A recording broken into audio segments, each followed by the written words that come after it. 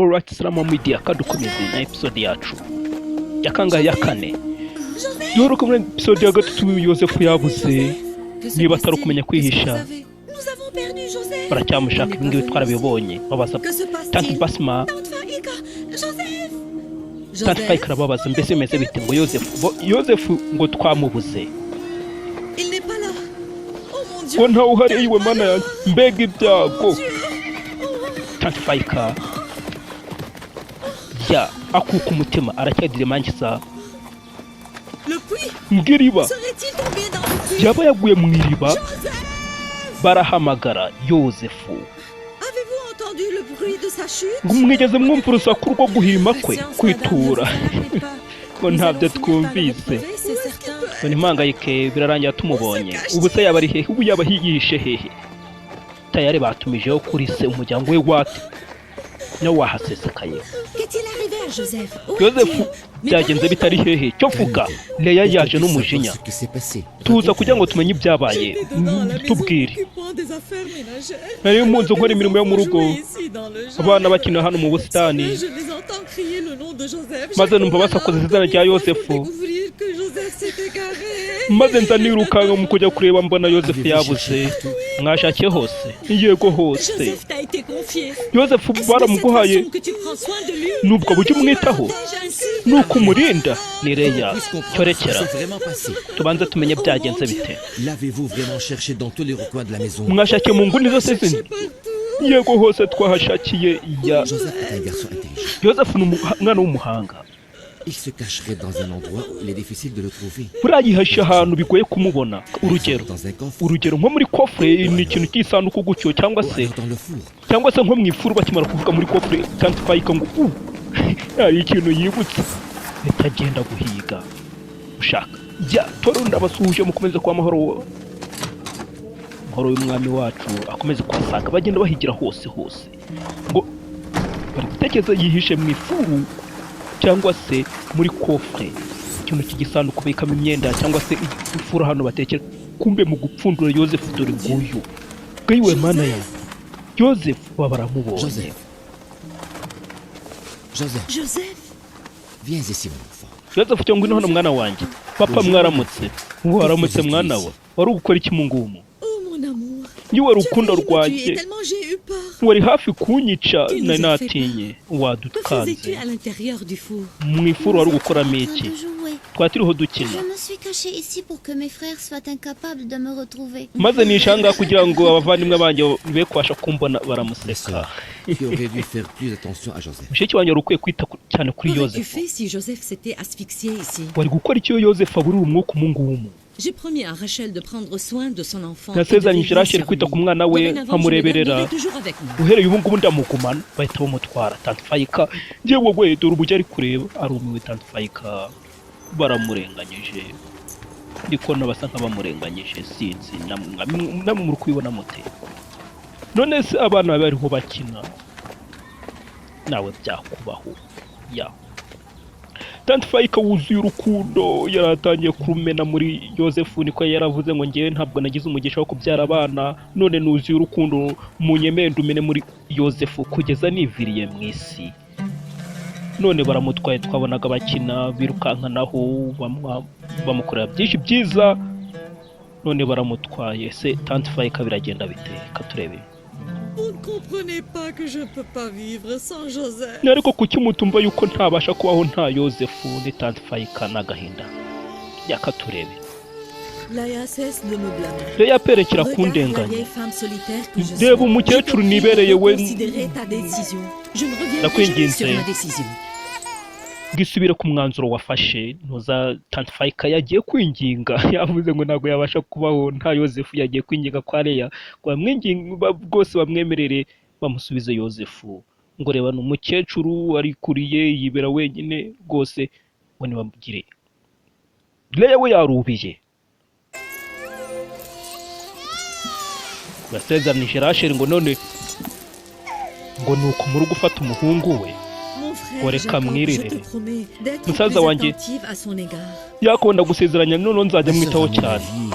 mushiki wanjye uko mbiye Moi, mbibona je peux pas tolérer d'être séparé de Joseph. njyewe Je ntabwo préfère nakwihangana rester ici. gutandukanwa na yosefu Je ne te ndamugumisha demande aha que de ngaha iruhande m'accorder une rwanjye deuxième chance. ndakwinginze Une seule ihirwe chance. rya kabiri ihirwe rimwe rya kabiri aringinga mushiki Tu wanjye sais bien que Joseph n'est pas un enfant comme tous les autres. abizi yosefu si umwana Je kimwe peux pas nk'abandi prendre le risque de le perdre. sinakwihangana kumubura Alors je te supplie de ne pas rompre aussi subitement ce lien si fort entre Joseph et noneho moi. ndakwinginze isano mfitanye na yosefu rikomeye pe wirica byoroshye gutyo ndakwinginze nyemerera nongere murere maze manze basi menyere igitekerezo cyo kumubura cyo kubaho adahari Je ne reviens pas sur mes paroles. yewe sinzisubira ku magambo yanjye leya leya yarubiye yego Je te we le confie quelques jours encore. nanone muguhaye iminsi mikeya uranyumva Quelques jours. ni iminsi mike tatfayika yuzuye urukundo iminsi mike gusa Je vous promets de le ramener moi-même ici dans quelques jours. ndagusezeranya ngewe nzamwizanira aha ngaha mu minsi mike cyo ngwino sheri tatfayika kwinginga kwe kwarakoze ya Je te remercie beaucoup, Léa.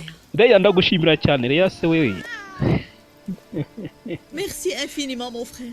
musaza wanjye ndagushimira bitarangira nta kibazo basinzigera nibagirwa ubuntu bwawe leya we yarubiye ntabwo iyo biba ku bwe ntabwo baba baramukura hariya yosefu aba yabitayeho cyane ka benjamin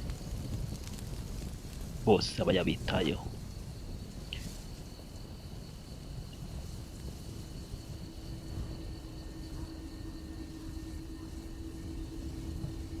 tanfayika nta kuryama noneho yaraye arinze yosefu ariho aramwitegereza bamumuhaye iminsi mikeya ngo baze kongera kumusubirana ngo ariko aba ari kumenyera kugira gute ngo kumubura hariho n'abantu rero umuntu abwira kuza muri kristo ariko bakaba bagikunze ibyaha bakavuga ngo reka babanze bamenyere kubicikaho Tu es encore réveillé? tanfayika uracyari maso Ne t'inquiète pas, endors-toi. ntuhangayike Je souffre ryama de raison. nirwariye indwara yo kubura ibitotsi yo kudasinzira ngo reka nzabanza bamenyere gucika ku byaha maze bakaba babigumyemo gutyo sinzi ntabwo mwari mwagakunda kirisito tatfayika burakeye mu gitondo niba yaryamye ntabwo tubizi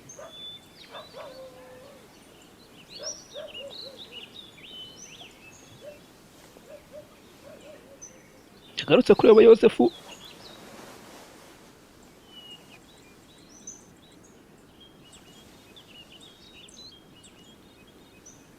Bonjour, Joseph, mon petit ange. waramutse yosefu marayika wanjye muto Tu n'as pas dormi toute la nuit. ariko si ijoro ryose Parce qu'à ntiwigeze chaque fois que je uryama me retournais, je te trouvais réveillé. kuko buri gihe uko nahindukiraga nabonaga uri maso L'idée de me séparer de toi bientôt. igitekerezo cyo gutandukanwa nawe m'arrache au vuba sommeil.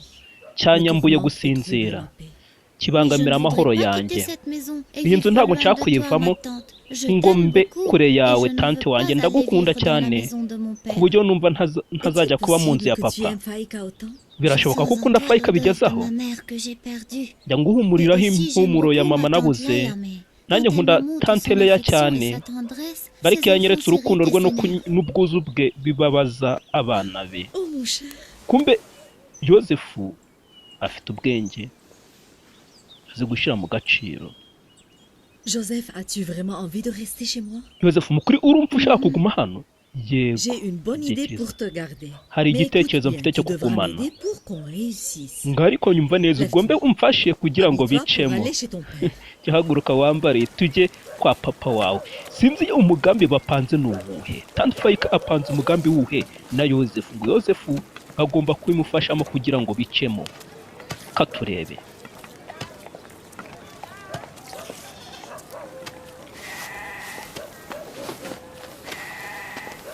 Bonjour, père.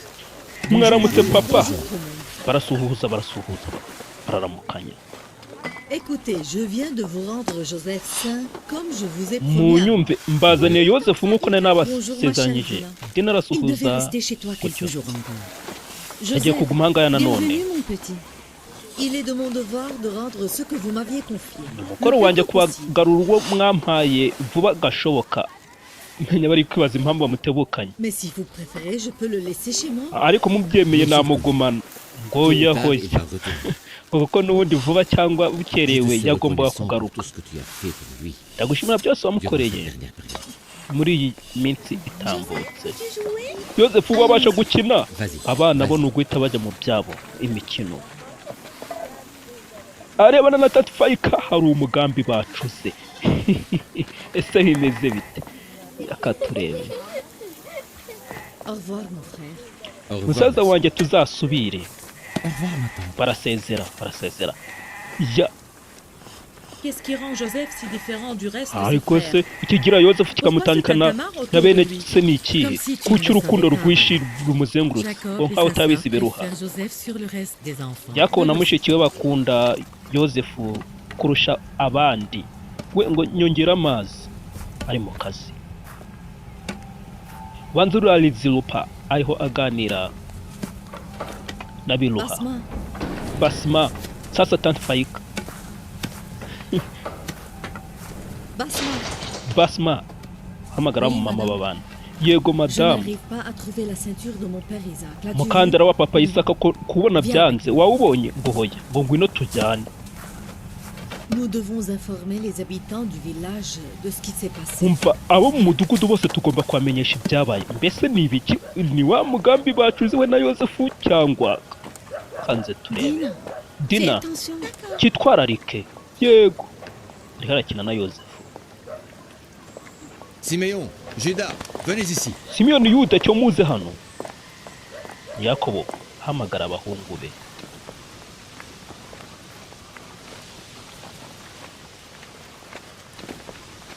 kumbe tatifayika yahageze Que se passe-t-il, Faïk? fayika bimeze bite niki Basma. basma Qu'y a-t-il?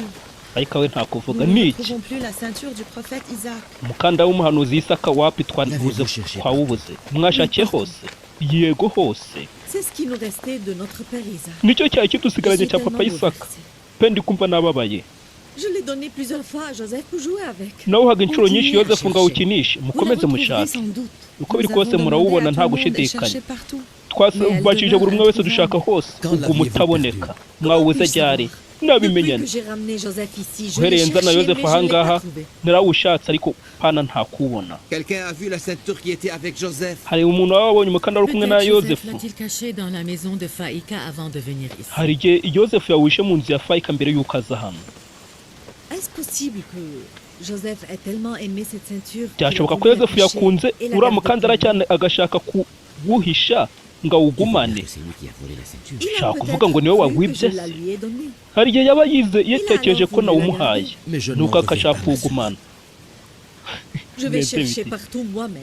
njye Je ngiye vais gushaka questionner hose tous hose les habitants un à un. ndabaza buri umwe wese umwe kuri umwe Je ne m'arrêterai pas avant de la trouver. sindarekera Seul ntarawubona Joseph le gardait avec lui. yosefu ko ari wowe Nous n'en wawugumanaga savons rien, nous. twe tubiziho Alors très iki bien. sawa Pour noneho cela, je vais commencer par questionner Joseph pour ne pas Kubw'ibyo, laisser des excuses à personne. ndatangira mbaza yosefu kugira ngo ntagire uwo ndekera inzireguzo urabinyemereye Je ne sais pas ce qui se passe dans sa tête. njye wese umubiri kuba mu mutwe wa Mais ce mushiki qui wanjye lui arrive me ndabizi fait de la peine et me déçoit. ngo gusa bibaye Que dis-tu? birambabaje kandi Je birantengushye ne fais uvuze aucun iki mal.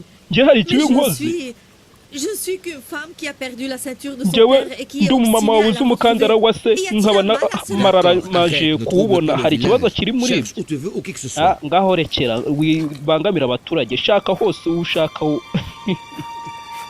ya yewe we katurebe uko reba kumbe yosefu wa J'ai trouvé la mukandara wo ceinture. umukandara ndawubonye Vous avez vu, j'avais raison. dose mureba Voilà njye la nari ndi ceinture. mukuri murebe umukandara ngo uri Mais quel yosefu crime tu as commis? icyaha wakoze icyo ni Joseph ikihe n'a pas nireya commis de crime. yosefu se Il a tout yakoze simplement icyaha volé. wowe yakibye ibintu byoroshye kumva Habitants de bamenya Canaan, vous avez vu de abanyakanani vos yeux que ce Urabibona petit est le n'amaso voleur yanyu de la ceinture. C'est pas kuri uriya grave, mwana ari wo Samuel. mujura Tu w'umukandara as trouvé nta la bikabije ceinture. Prends-la et vas-y. umukandara wawubonye ufata Aussi ugende rapidement, mon frère. ahubwo cyose Tu byihuse parles comme si tu musaza avais we oublié les traditions et les coutumes. coutumes de uzi Canaan. kuri kuvuga nk'aho wibagiwe imigenzo Tous les gens y'abanyakanani ici présents savent que selon les traditions de Canaan, bose la bazi yuko personne tugenda qui ku a été mugenzo volée a le w'abanyakanani droit de prendre le voleur en esclavage pendant 4 ans, umuntu n'est-ce pas? wibwe yemeye gufata igisambo akamugira Il va soudain devenir un esclave. umucakara imyaka 4 sasa bakuru be bavuga mbega Yozefu we hisabo umucakara gutya yewe we baramuseka Je suis bien conscient des traditions de Canaan.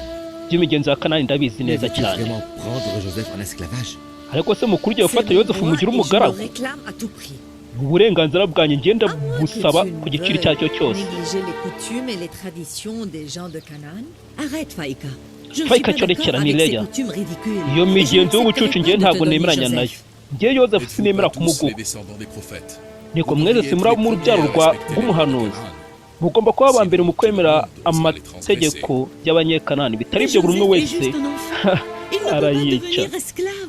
Pas de sasa différence. iyo bije kuri Yozefu Leya ahubwo yaba ubukristo yabukira iruhande agatangira akavuga nabi atangiye kuvuga nabi abanyekanani baravuga ariko namwe abo mu rubyaro rw'umuhanuzi nimwe mugiye kwica amategeko ubwo se nimuyica abandi bizagenda bite Leya none ahita acisha amagira avuga ariko koko murabona Yozefu n'umwana ni gute yaba umugaragu ni gute atangira kuba imbata y'umuntu Pas de birazabaye différence entre enfants et adultes. nta kinyuranyo kiri Les hagati y'abana coutumes sont n'abakuru applicables à tous.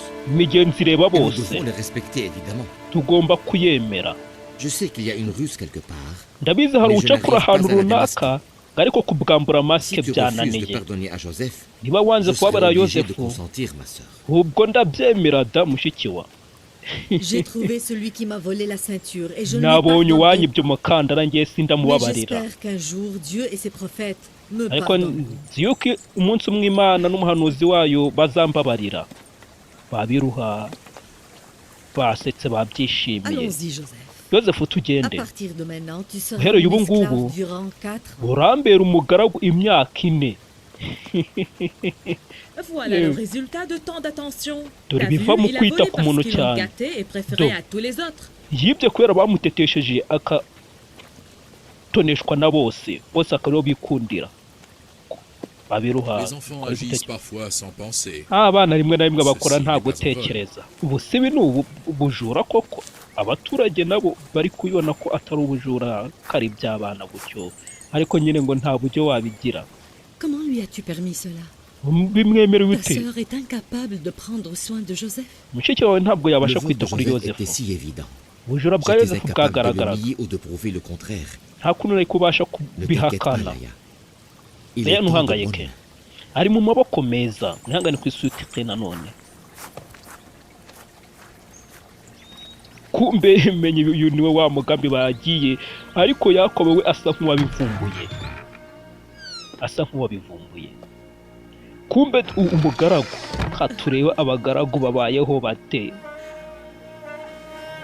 batwaye nk'umugaragu bari kumuzimanira menya yakinye neza marayika wanjye sheri niweho metre wanjye databuja ndi hano ngo ngohereze niweho uzasimbura musaza wanjye kandi ukaba mukuru mu bwoko bwacu niweho murage ukuri w'uyu mukandara ngo nta wundi nyirawo usibye weho wa wundi yibye Cette ceinture m'appartient maintenant?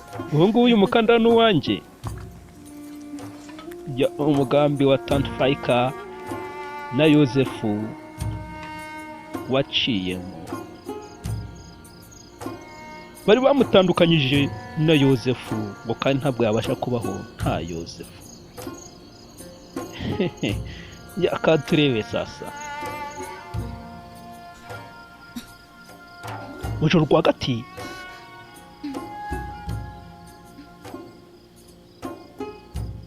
Yozefu arasinzira ariko ubanza ari kurota inzozi Tante Faïka we ariho arasenga iruhande rwa Yozefu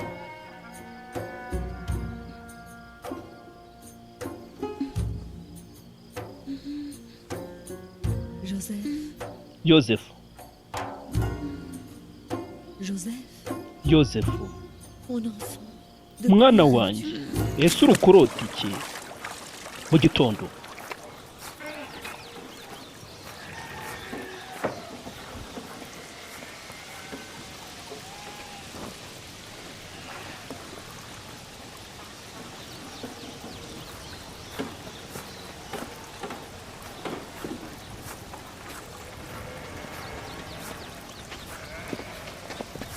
Bonjour, père.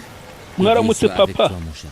imana ibane nawe mwana wanjye M'aurais-tu pardonné, prophète de Dieu? umuhanuzi w'imana wawe Permets-tu wambabarire d'entrer dans ta maison? ukanyemera nkinjira mu nzu Je yawe t'aurais pas pardonné ibyakoze si tu avais t'aurais pas pardonné si tu sinari avais agi kukubabarira autrement. iyo uza kuba wakoze Tu as mu agi bundi comme buryo ceux qui aiment intensément. wakoze nk'ukunda Tu as cyane su vraiment comment le garder. wowe wamenye uburyo wamugumana La byabimenye clémence et le pardon sont l'essence. ngo ubuntu n'imbabazi ni J'espère iby'abahanuzi mériter le pardon que tu ndibwira Mais tu n'as commis aucun péché. ndiringira pour que je nkwiye te pardonne. imbabazi z'umuhanuzi nta cyaha wakoze ngo nkubabarire ese muri gukora iki ahangaha C'est Joseph qui a insisté pour toi. ni yozefu ahatirije Il kukubona a fait un rêve cette nuit qu'il a hâte de te iri joro yarose inzozi ku buryo yashatse Je suis sûr que kuzikubwira son rêve est plein de bénédictions. yabizi inzozi ze zuzuye Car imigisha aucun démon ne peut toucher Joseph et lui faire du kuko mal. nta dayimoni yakora kuri yozefu ngo imugenzereze nabi igire ikibumukora Dis-moi, cyo mbwira yozefu de quoi tu as rêvé, mon enfant? umwana wanjye J'ai warose rêvé que nous iki jouions, mes frères et moi, dans le désert. narose Quand njyewe na soudain, bene un vent data puissant s'est levé. turi gukina mu butayu usasa umuyaga ukomeye uraza izi nzozi ntabwo tuzizi muri bibiliya kanze dukomeze tuzumve ngo baba bariho bakina mu butayu we n'abavandimwe be ngo umuyaga ukomeye uraza bahita batwereka izo nzozi sasa bariho bakirana yozefu yari afite inkoni araza yishinga hagati yari inkoni itangira kumera ibyatsi irakura ivamo igiti kinini bene se baratangara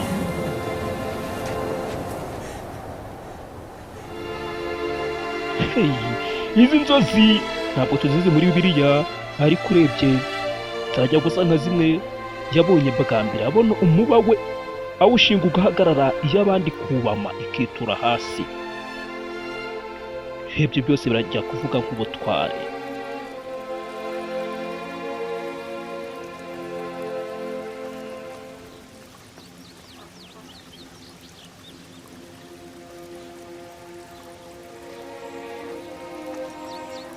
Je ne sais pas comment interpréter ce rêve. sinzi inzozi zawe uburyo umuntu yazisobanura Laissez-moi encore un peu de temps pour y réfléchir. nyemera agahe J'arriverai gatoya ko peut-être à kuzitekerezaho quelque chose. ahari wenda hari icyo nzavumburaho Et vous alors, vous ne devez pas aller paître le hanyuma mwebwe ntimukwiye kujya kureba ku Allez-y imikumbi donc. cyo mugende bakuru be se yakobo inzozi ntabwo yazisobanukiwe cyangwa ni ukwanga kuzana ibintu by'amashyari mu mitima y'abana be Je ne sais que ne pourrait signifier cette vision. ntabwo nzi niba Pourquoi ziriya Joseph nzozi s'est ari icyo fixé zisobanuye pour révéler le message. kubera iki yozefu yamuramaje ngo bahishure mesaje irimo ubutumwa buzirimo we Ce burasobanutse rêve est une preuve que Joseph est le préféré parmi ses biragaragara frères. yuko yozefu akundwa Je crois kurusha que tous abandi les enfants ont compris bene le se rêve. J'ai vu combien ils étaient mal à l'aise. ndibwira abana bawe basobanukiwe ziriya nzozi kuko ndi kubona uburyo zababangamiye déraciner cette idée qu'ils ont dans la tête. ndaza kubona uburyo bwo kubaranduramo biriya Joseph ne bitekerezo bafite devait pas raconter mu son bitekerezo rêve byabo devant tout le monde. yozefu ntabwo akwiye kuvuga inzozi imbere ya Pas bose leur déjeuner. tegura Quand même, je ibyo leur kurya raconterai moi-même. ndaza kumwiganira Viens, mon enfant. cyo ngwino mwana wa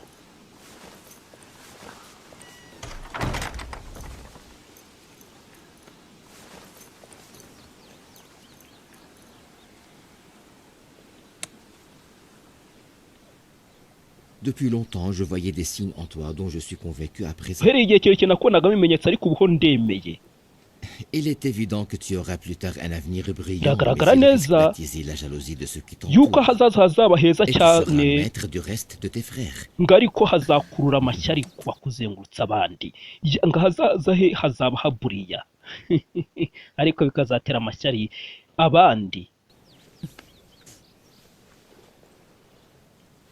Mon père Isaac priait le Dieu Tout-Puissant pour que sa descendance soit prospère et ariko ntari mvuze ngo akazaba umukuru kuri bene se metre kanze turebe il est évident que tu auras plus tard un avenir brillant, mais il risque d'attiser la jalousie de ceux qui t'entourent. Et tu seras Zakurikira maître du y'abakuzengurutse. reste de tes frères. hanyuma ukazaba umukuru wa bene so basigaye Mon père Isaac priait Papa le Dieu Isaka Tout-Puissant yasengaga imana pour que sa ishobora byose descendance ngo soit mu prospère rubyaro et rwe riche en prophètes. bazatera imbere bakire J'ai ndetse toujours voulu n'ubuhanuzi savoir buri Qui gihe allait nashaka hériter kumenya ma place après moi? ninde uzaragwa umwanya wanjye nyuma yanjye. J'espère que ce sera toi, mon Ndibwira enfant, le messager et le prophète de Dieu. kazaba weho mwana wanjye intumwa n'umuhanuzi Pour w'Imana. cela, je prie le Dieu de te protéger et de Ku te délivrer bw'ibyo du mal et du péché. ndasenga Imana ikurinde Tu ikibi es celui qu'on n'ibyaha. a attendu pendant très longtemps. ni wowe twari dutegereje igihe kirekire. Cher père, que signifie Papa. le messager? Ese intumwa bivuga iki? Prépare-moi mes vêtements et le déjeuner. tegura imyambaro yanjye n'igaburo byo kurya bya saa sita. Les prophètes sont les messagers de Dieu, abahanuzi ni intumwa z'Imana qui font parvenir les paroles de Dieu qui poussent le monde à aspirer à la perfection. babwira abantu ijambo ry'Imana rigatuma bizerera Plus tes rêves muri perfection mu butungane. ubwo ni nk'aho ari Yesu, uko perfection ntahandi wayibona. Irabavuga ngo practice makes perfect ni ikinyoma, nta perfection wapfa kubona ahandi, ni muri Kristo gusa. Usibye ko numvisha bawuhindura bakavuga ngo practice makes improvement, ngo kwitoza bitera kwiyongera gutyo, nuko numvisha bawuhindura. Sasa abari muri Kristo wonyine wabona perfection, niho wabona perfection. Ubwo navuga ngo no one is perfect, nabo bumvireho. Nta ntungane qui baho. que ce soit. Babikura hehe abari muri Kristo babatunganye? Mais pourquoi, papa? À aspirer à la perfection. Ne raconte plus tes rêves à qui que ce soit. ntukongere kuvuga inzozi zawe ku wundi uwo ari we wese, urugero nk'abakuru bawe. Kubera iki Car papa? si tes frères savent ce que je sais moi-même, Kuko les flammes de la jalousie bene s'embraseront so dans leur cœur. Et ils bamenye ibyo deviendront nzi des njyewe ubu, kuko we yamaze gusobanukirwa za nzozi, ikibatsi cy'ishyari cyakusanyirizwa mu mitima yabo, deviendront tes ennemis tant que tu vivras. maze bagahita baba abanzi bawe igihe cyose ukiriho. yewe we Tatifayi karatinya amagambo yawe nteye Je ubwoba dois Yakobo. être encore plus vigilante et protéger Non, Joseph non. davantage. ngomba kurushaho kuba menge nkarinda Yozefu. noneho Tatifayi kubanza atazajya aremera ko hanagira n'usuhuza Yozefu. Katurebe bamwihereranye ngo babimusobanurire. umaze Je veux kumusobanurira, rentrer à la maison en compagnie de Joseph si tu le permets. ngiye gusubira mu rugo, ushaka waherekeza Allez-y, Yozefu niba et prends bien soin de lui. ubyemeye. Au revoir. mugende umwiteho, Que Dieu soit tuzasubire. avec toi, papa. Imana izabane Dieu soit ibane avec nawe toi. papa, Sois un nawe bon Imana garçon. ibane nawe, uzaba umwana mwiza, ujye umwitaho. Je te le ramènerai ce soir quand tu iri reviendras. joro ndamukuzanira nuza. Yozefu, sorry Yakobo, ubanza sinzi ahantu agiye.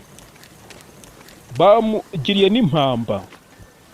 Ça fait longtemps que je suis pas parti au désert. Ni igihe kirekire ntajya mu butayu. Je reviendrai le soir avec les enfants. iri joro Nos ndagarukana enfants n'abana. craignent que tu ne leur accordes plus la même attention Abana qu'autrefois. baratinya yuko utakibitaho nka mbere. Ne t'inquiète pas. Ntuhangayike, Je vais leur parler et éclaircir ces malentendus. ndaje mbaganize ubundi nsukure kumvirana kwabo, mbese kumva ibintu nabi. Mabatandi Jacob ne se soucie plus de ses autres enfants depuis Yakobo que nta- Rachel lui a enfanté Benjamin et Joseph. gihangarikira abana be uhereye igihe Rachel yamubyariye Yozefu na Benjamin. Au revoir. Barasezera ntibabiruha. ya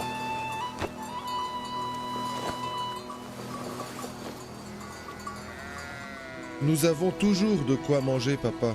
papa Tu buri gihe n'aurais tuba pas dû dufite te ibyo déranger kurya. pour nous amener le déjeuner. ntiwari ukwiye kwigora utuzanira ibyo kurya. Je n'ai pas le droit de passer du temps avec mes enfants qui me niko manquent. se nta n'uburenganzira Ejo ni mfite bwo kumarana agahe n'abana banjye mba nakumbuye. Le droit de venir les voir de temps en temps. nta burenganzira mfite bwo kuza kubareba.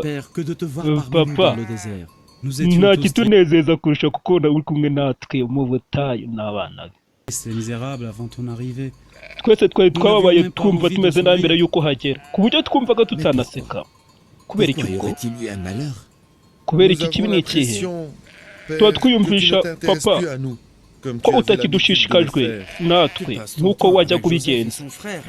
umarana agahe na Yozefu na Mais murumuna fils, we, c'est twebwe justement pour cette baratwibagiwe. raison que j'ai envoyé Joseph vivre avec sa tante. Ariko ni kubw'iyo mpamvu nereheje Rien que Yozefu pour kujya vous. kubana na tante Fayika. Je l'ai Ni éloigné ku quand j'ai bwanyu. remarqué que votre mère ne s'occupait que de Namujyanye lui. kure kuko nabonaga mama wa nta wundi ari kwitaho usibye we. Uyu nguyu aravuga ngo ariko n'ubundi nta cyahindutse. Urukundo rwawe rwihera Benjamin na tante Fayika, wakihera Yozefu imyambaro myinshi gutyo Mais vous devez barumiwe. être raisonnables aussi. Ndabumva Comprendre que nous ariko faisons tous nanone en mugomba sorte que Joseph et son frère ne se gutekereza sont gushyira mu jamais gaciro orphelins. Père, mukamenya yuko dukora twese ibyo ngibyo ngo kugira ngo Yosefu na murumuna we batazigera biyumva nk'aho ari imfubyi. Papa, Nous sommes très contrariés par la vision de Joseph. pe inzozi za Yosefu yerekwa rye ryatubabaje. Niko ntabwo turi inkingi z'umuryango, si twe twita ku bintu n'imirimo ikomeye gute bishoboka ko Yosefu ari buzaba umuhanuzi inyuma yawe. Sa vision peut avoir d'autres interprétations. Ariko inzozi ze zishobora kugira ikindi gisobanuro. N'aviez-vous pas entendu Joseph dire que la canne qui était dans sa main est Mwibuka devenue un Yosefu avuga arbre yuko vert et nous a ombragés? inkoni yari afite yahindutse igiti ubundi dutwikira dutwikira. Ngewe kuri ngewe birasobanutse yuko Yosefu akunda bene se cyane, kandi ko ibyo abagambiriye ari ukubitaho, ko abakunda by'ukuri ngo kandi nta kindi aba bashakira usibye ibyiza.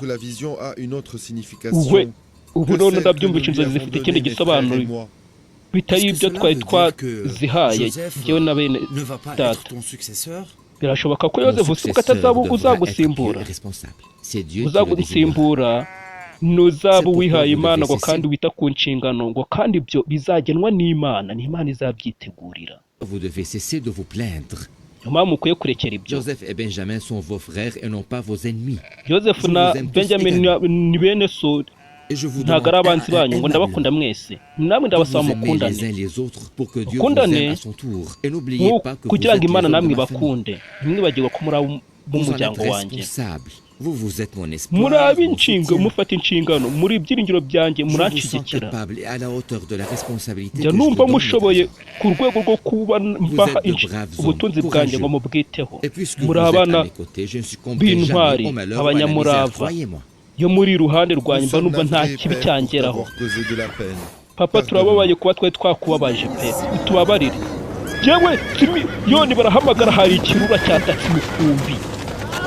Yewe we, abana bamaze gutakagizwa ngo ni intwari cyane, ikirura mu kwata ku mukumbi bakihoramo.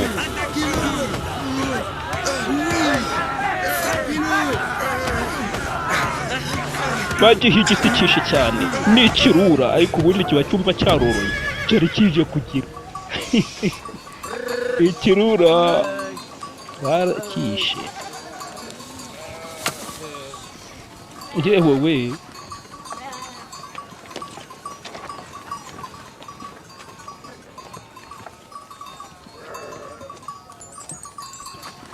D'où l'avez-vous ramené? iki mwagikuye hehe? Twebwe twakisha ubwacu, nitwe twakisha. Kiyahaye kugerageza kwataka umukumbi, turakizenguruka turakica. Ntabwo mwari mufite ubwoba, cyari kirabagenzereza nabi, ahubwo nitwe twakiguye nabi. Ni Leya. Imana ijye irinda aba bana b'urubyiruko ngo b'abanyabuhati ngo bakoranga, ariko nanone na rimwe bakaba bameze nk'ubusazi mu kuntu ni nyina, ni mama wabo. Ndabizi ko biri kose babatije amaboko. Ujya nakubwira ukuri, nagenda mfite cyo kubafasha. Bo nko mu guhumbya bari bamaze kukica. Ni Yakobo.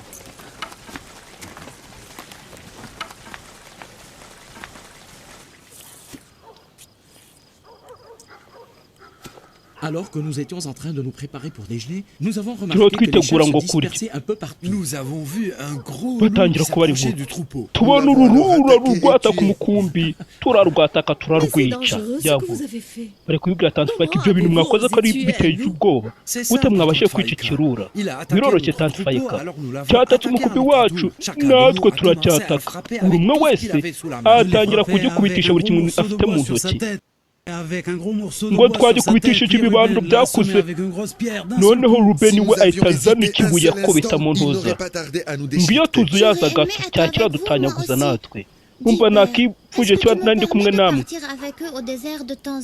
Papa wagiye unyemera nkajyana nabo mu butayu. Ngo yabutunzi bwanjye buracyari moto, uzajyana nabo umaze gukura. Rubeni, Yuda, muza hano we muhaguruke, nanjye nsohoke, ndakwinginze. Ngo yego genda. Et n'oubliez pas de jeter au chien le cadavre du loup. mugende ntimwibagirwe kujugunya uwo murambo w'ikirura muwujugunyire imbwa. Papa nous a rejoints au désert. Il nous a Papa expliqué que la vision de Joseph n'est pas une preuve de sa suprématie sur nous, yadusobanuriye inzozi za yozefu mais ko qu'elle atari signifie plutôt ukuturuta la preuve de son kudutwara ubwo amour envers tous ses frères. ngo ahubwo bisobanura urukundo rwe kuri bene se, ngo bisobanura L'amour de Joseph envers tous ses frères. urukundo rwa yozefu kuri bene se. Il est vrai que Joseph nous aime nibyo bien à mama, nous tous. birasobanuka ko yozefu adukunda twese pe. Cette vision est bien Neberuha. plus qu'une expression d'amour. izo nzozi C'est zirenze une igisobanuro prédiction d'un futur cy'urukundo. qui n'est pas loin. Prédiction qui établit la suprématie de Joseph sur vous aho tous. ngaho ntibivuga Votre yozefu père pense que kuzabaruta vous êtes une bande mwese. de naïfs. iso yababwiye atyo kuko yabonye mutazi, ntabwo mwebwe Ne mugize le croyez pas. ntimubyize. Votre père a voulu simplement vous apaiser. so yagira ngo Madame a abatuzishe. expliqué que si jamais Biroha cette vision yasobanuye. se réalise, elle établira Joseph comme successeur de votre père et ngo maître izo de vous nzozi tous. zibayeho bivuze ngo Toujours yozefu avec Joseph, azabaruta et nous mwese. passons de bons moments ensemble. buri gihe duhora dukina na yozefu Il tukamana a peur agahe que neza la pe. jalousie, ngo a peur que niso la jalousie ne divise ses enfants. aba atinya yuko Il icyo veut ari vous itagabanyamo inciter à abana aimer be. Joseph comme lui il l'aime. yagize ngo mumukunde yozefu nk'uko nawe amukunda. ngo niyo mpamvu atabasobanuriye igisobanuro cy'izo nzozi neza nk'uko ziri. Tante Fayika uwemenya atajya aryama.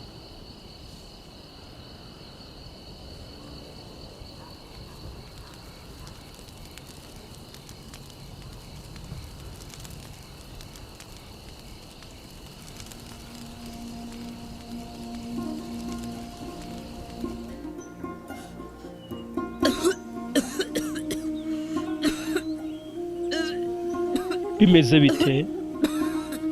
ni kwa Tante Fayika hari harakorora cyane, ubanza yarwaye. se bimeze bite?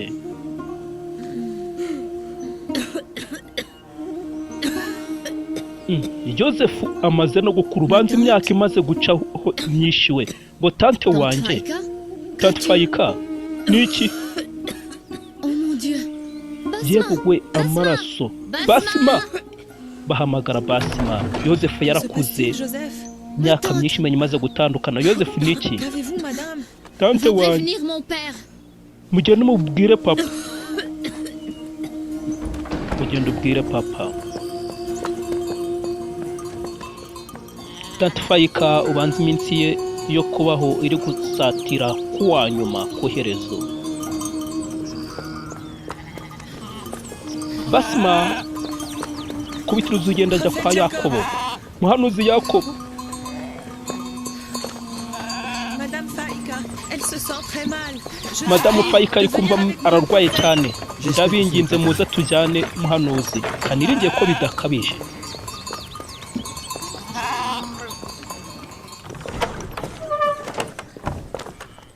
dore na Yakobo imvi zabaye uruyenzi.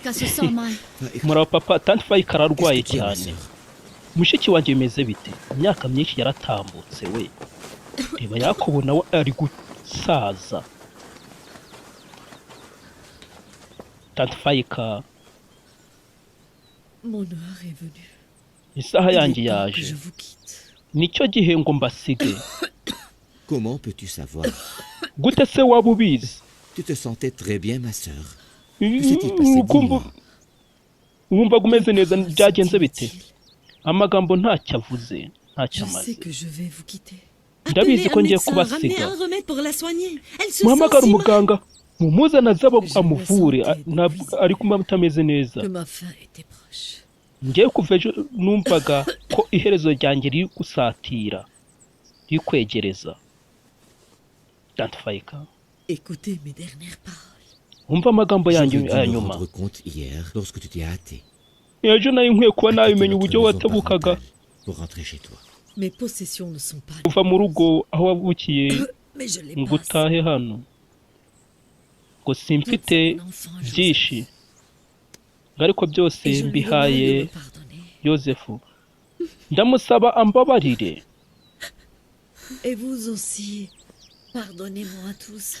namwe mumbabarire mwese. ari gusaba imbabazi ngo kubera ko à une ruse pour garder Joseph chez moi. ngo kuko nakoresheje ubucakura kugira ngo umane Yozefu Je l'ai accusé d'être un voleur. namushinjije kuba umujura Que Dieu me pardonne. Imana imbabarire Et vous aussi, pardonnez-moi. namwe mumbabarire Tante Faika Mon cher Joseph Yozefu n'est wanjye pas un voleur. ntabwo ari umujura C'est moi qui avais caché la ceinture sous ses vêtements. ni njye wari wahishe umukandara mu myambaro ye Je le savais depuis longtemps. ngo njye nari Ne te mbizi reproche kera rien. wigira icyo wishinja Circuler la vérité. sakaza ukuri gukwirakwiza ukuri Dis à tout le monde bwira buri umwe wese que Joseph ne m'a ko Yozefu jamais volé. atigeze anyiba Ne te fatigue plus, ma sœur. mushiki wanjye wikomeza kwinaniza ndashaka Parler à huis clos maintenant. nzi ibyo agiye kumuganiza Vous permettez. mugende Tante Faika yewe we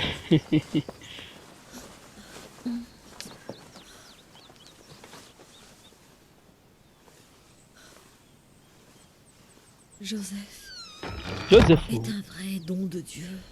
ni impano y'ukuri y'Imana Il est une bénédiction divine. ni imigisha pour certaines y'ubumana personnes.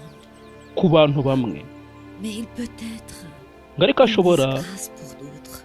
no kuba mubi Je vois les signes ku bandi ngo njya mbona dans les ibimenyetso yeux de by'ishyari certains. mu maso ya bamwe Prends bien soin de lui. ujye umwitaho ni ukuvuga ngo hari uwo abandi bamubona akabona ari mubi nyine Car batakwishime il sera abanyecyaro ubwo prophète. ujye umwitaho kuko azaba umuhanuzi nyuma yawe Ne le laisse jamais seul sans toi. ntukajye umureka ngo abe wenyine mutari kumwe Garde toujours ton œil sur lui. buri gihe ujye umushingaho ijisho umuhozaho ijisho Tante Faika Donne-lui ton propre lit. Que personne d'autre ne s'occupe de lui. ntukajye umuha undi muntu uzajya umwitaho ntazajya undi muntu uzajya umwitaho Tante Faika ndasezera mushiki wanjye ntararira Yakobo genda ujya gushaka Imana sanga Imana Que Dieu t'accompagne genda atangiye rwo kujya mu ntuza Imana iguherekeze et te conduise chez notre mère Rebecca et notre père Isaac. kubera kuri mama wacu Rebeka na papa wacu J'envoie Isaka avec toi mon amour à Rachel ngo nkoherezanyije nawe urukundo rwanjye mfite Rasheli de Dieu. ndetse no kuri sogokuruza wacu umuhanuzi w'Imana sasa Yakobo akora nka bimwe byanjye mp'intashyo abageni nanone ndazibahaye kandi gusa ikinyuranyo Tante Faika we yamaze kugenda ndamubwira agatakiri uwumva iya nuko bimeze ubuzima kuko iya isi niko bimeze ubundi urupfu rutwigisha iki uyu ubonye umuntu apfuye abasigaye haba hari icyo bigomba kubigisha bigomba kubigisha ko umunsi umwe nawo bazatahirwa bakagenda ahubwo igihe ukiriho uba ukora iki n'iryo somo urupfu rw'abagiye rugomba kwigisha abasigaye amarira ni menshi cyane barize bahogoye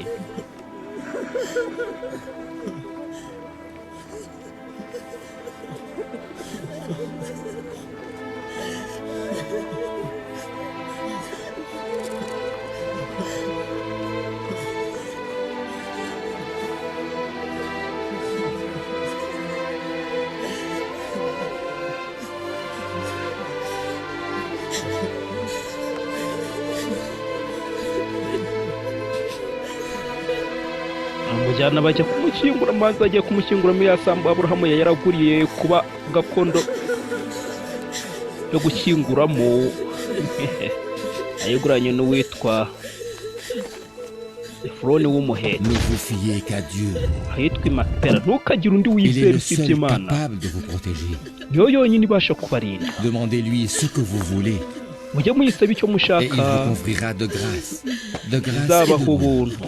ubuntu ubuntu ni Et ibyishimo son ennemi vivra ukira éternellement impuissant. n'imana umwanzi wayo azaba byiteka adashoboye ubwo muri gihe no mu biri buhu imana yonyine De ibasha ceux kumenya qui lui sont abayigambanira loyaux. ndetse n'abayigandukira by'ukuri abo Et kwizerwa il pénètre même dans les cœurs des infidèles, hirya no mu mitima Il est le y'abatizera seul témoin. niyo muhamya wenyine qui puisse vous observer. ibasha Et il est le kubitegereza seul niyo yonyine apte à vous aider. ibasha kubakiza kubafasha Si ishoboye vous cherchez kubafasha un confident, il est mwashaka votre seul kwizera et meilleur confident. niyo yonyine kandi mwiza Et wo si vous kwizerwa cherchez la grâce, mwashaka ubuntu seul Dieu pourra vous l'accorder. n'imana yonyine niyo yabasha kububaha Ne vous fiez à nul autre ntimukirate ikindi et ne demandez pas conseil à ceux qui sont incapables de vous guider. ntimugasabe n'imana Malheur, kuri abo batabashije malheur à vous si vous kubafasha posez vos questions à une tierce personne ou si vous demandez l'aide à quelqu'un d'autre qui n'est pas fidèle à cette doctrine et au Seigneur. ishyano nimuzasaba ubufasha ku wundi muntu utakwiriye inyigisho z'uwiteka n'uwiteka Nombreuses sont les personnes qui se sentiront ngo jalouses. benshi bazaba Le jour où le grand bazagira Seigneur ishyari mettra tout le monde, umunsi uwiteka azakira bose sans exception, nta à pied gutoranya d'égalité.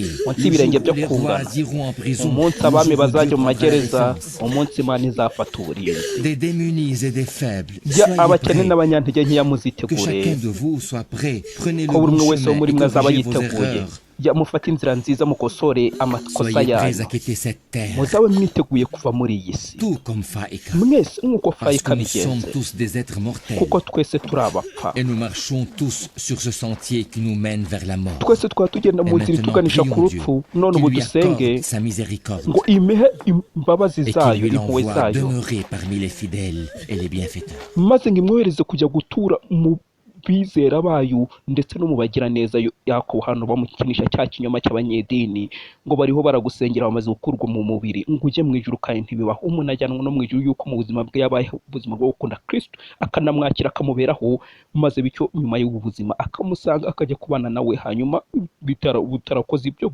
barakoze ikinyuranyo gukora ibya satani ukamuberaho ubwo nyine nyuma y'ubuzima uba ugomba kugira gute kujya kubana nawe na satani ibyo basenga naho bagusengera inshuro nka miliyoni iminsi biyiriza bagira ute ngo ujye mu ijuru waragiye kuzimu ntibibaho kandi naho waba waragiye mu ijuru naho bakuvuma inshuro nka miliyoni imivumo itabarika ngo uveyo ujye ikuzimu ntibibaho bindi ibyo wagira na za purigatori naho bakwigisha kukizera za purigatori iki ntabwo wagira inzira ni imwe mu buzima uriho emera Yesu Kristo umwami n'umukiza w'ubugingo bwawe hanyuma nyuma y'ubu buzima uzajya kwibanira nawe ubwo n'abakiri mu byaha namaze kubabwiriramo Dieu pardonne-nous. Mana On n'est que tubabarire des faibles et des infidèles. On twebwe est turi prêts à abanyantege tout nkeya ntabwo corriger. twizera Console-nous twiteguye ngo par ce dukosore uduhumurishije imbabazi zawe baravuga ngo amen sasa nuko filime igenze redemana kiza mwese muri Kristo Yesu tubakoneka ngasipa afite twaswe nawe utara Kristo akomeze kubahaza ibyiza yamahoro atanga bitari nk'uko wese atanga ayokomeza abasage muri episode izakurikira ya 5 tuzabe turi kumwe ndabakunda bye bye.